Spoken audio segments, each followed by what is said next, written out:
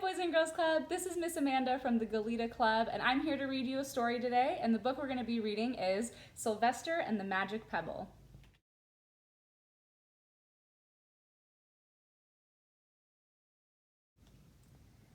Sylvester Duncan lived with his mother and father at Acorn Road in Oatsdale. One of his hobbies was collecting pebbles of unusual shape and color.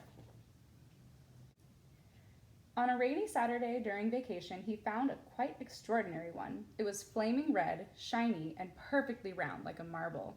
As he was studying this remarkable pebble, he began to shiver, probably from excitement, and the rain felt cold on his back. "I wish it would stop raining," he said. To his great surprise, the rain stopped. It didn't stop gradually, as rains usually do. It ceased. The drops vanished on the way down, the clouds disappeared, everything was dry, and the sun was shining as if rain had never existed. In all his young life, Sylvester had never had a wish gratified so quickly. It struck him that magic must be at work, and he guessed that the magic must be in the remarkable-looking red pebble, where indeed it was. To make a test, he put the pebble on the ground and said, "I wish it would rain again." Nothing happened. But when he said the same thing holding the pebble in his hoof, the sky turned black, there was lightning and a clap of thunder, and the rain came shooting down. "What a lucky day this is," thought Sylvester. "From now on, I can have anything I want. My father and mother can have anything they want. My relatives, my friends, and anybody at all can have everything anybody wants." He wished the sunshine back in the sky, and he wished a wart on his left hind fetlock would disappear, and it did, and he started home, eager to amaze his father and mother with his magic pebble. He could hardly wait to see their faces. Maybe they wouldn't even believe him at first. As he was crossing Strawberry Hill, thinking of some of the many, many things he could wish for, he was startled to see a mean, hungry lion looking right at him from behind some tall grass. He was frightened. If he hadn't been so frightened, he could have made the lion disappear, or he could have wished himself safe at home with his father and mother.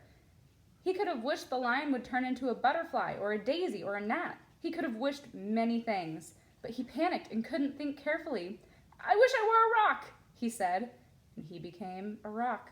The lion came bounding over, sniffed the rock 100 times, walked around and around it, and went away confused, perplexed, puzzled, and bewildered. "I saw that little donkey as clear as day. Maybe I'm going crazy," he muttered. And there was Sylvester, a rock on Strawberry Hill, with the magic pebble lying right beside him on the ground, and he was unable to pick it up. "Oh, how I wish I were myself again," he thought, but nothing happened. He had to be touching the pebble to make the magic work, but there was nothing he could do about it. His thoughts began to race like mad. He was scared and worried.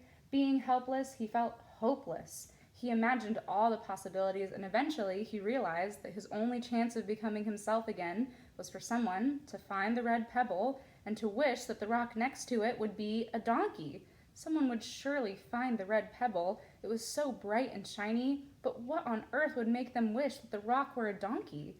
The chance was 1 in a billion at best. Sylvester fell asleep. What else could he do? Night came with many stars. Meanwhile, back at home, Mr. and Mrs. Duncan paced the floor, frantic with worry. Sylvester had never come home later than dinner time. Where could he be? They stayed up all night wondering what had happened, expecting that Sylvester would surely turn up by morning. But he didn't, of course. Mrs. Duncan cried a lot, and Mr. Duncan did his best to soothe her. Both longed to have their dear son with them. "I will never scold Sylvester again as long as I live," said Mrs. Duncan, "no matter what he does." At dawn, they went about inquiring all of the neighbors. They talked to all the children, the puppies, the kittens, the colts, the piglets. No one had seen Sylvester since the day before yesterday. They went to the police. The police could not find their child. All the dogs in Oatsdale went searching for him. They sniffed behind every rock and tree and blade of grass, into every nook and gully of the neighborhood and beyond, but found not a scent of him. They sniffed the rock on Strawberry Hill, but it smelled like a rock. It didn't smell like Sylvester. After a month of searching the same places over and over again and inquiring of the same animals over and over again, Mr. and Mrs. Duncan no longer knew what to do. They concluded that something dreadful must have happened and that they would probably never see their son again, though all this time he was less than a mile away. They tried their best to be happy, to go about their usual ways, but their usual ways included Sylvester, and they were always reminded of him. They were miserable. Life had no meaning for them anymore. Night followed day, and day followed night, over and over again. Sylvester on the hill woke up less and less often. When he was awake, he was only hopeless and unhappy.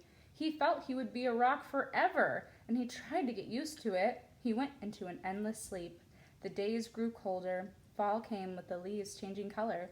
Then the leaves fell, and the grass bent to the ground. Then it was winter. The winds blew this way and that. It snowed. Mostly the animals stayed indoors, living on the food they had stored up. One day a wolf sat on the rock that was Sylvester and howled because he was hungry. Then the snows melted, the earth warmed up in the spring sun, and things budded. Leaves were on the trees again, flowers showed their young faces. One day in May, Mr. Duncan insisted that his wife go with him on a picnic. "Let's cheer up," he said. "Let us try to live again and be happy, even though Sylvester, our angel, is no longer with us." They went to Strawberry Hill. Mrs. Duncan sat down on the rock. The warmth of his own mother sitting on him woke Sylvester from his deep winter sleep. How he wanted to shout, "Mother, Father, it's me, Sylvester, I'm right here." But he couldn't talk. He had no voice. He was stone dumb. Mr. Duncan walked aimlessly about while Mrs. Duncan set out the picnic food on the rock. Alfalfa sandwiches, pickled oats, sassafras salad, timothy compote. Suddenly, Mr. Duncan saw the red pebble. "What a fantastic pebble!" he exclaimed. Sylvester would have loved it for his collection. He put the pebble on the rock. They sat down to eat. Sylvester was now as wide awake as a donkey that was a rock could possibly be. Mrs. Duncan felt some mysterious excitement. "You know, Father," she said suddenly, "I have the strangest feeling that our dear Sylvester is still alive and not far away." I am, Sylvester wanted to shout, but he couldn't. If only he had realized that the pebble resting on his back was the magic pebble. "Oh, how I wish he were here with us on this lovely May day," said Mrs. Duncan. Mr. Duncan looked sadly at the ground. "Don't you wish it too, Father?" she said. He looked at her as if to say, "How can you ask such a question?" Mr. and Mrs. Duncan looked at each other with great sorrow. "I wish I were myself again! I wish I were my real self again!" thought Sylvester, and in less than an instant, he was!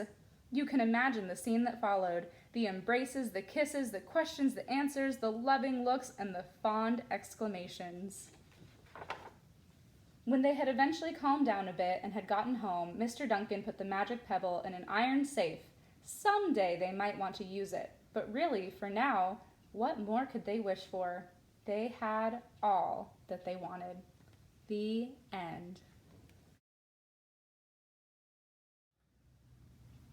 Thanks for reading with me today, you guys. If you like this book and you want to hear another story, feel free to have your parents help call the Goleta Club or send me an email and I could read your story next. Stay safe at home and I'll see you next time.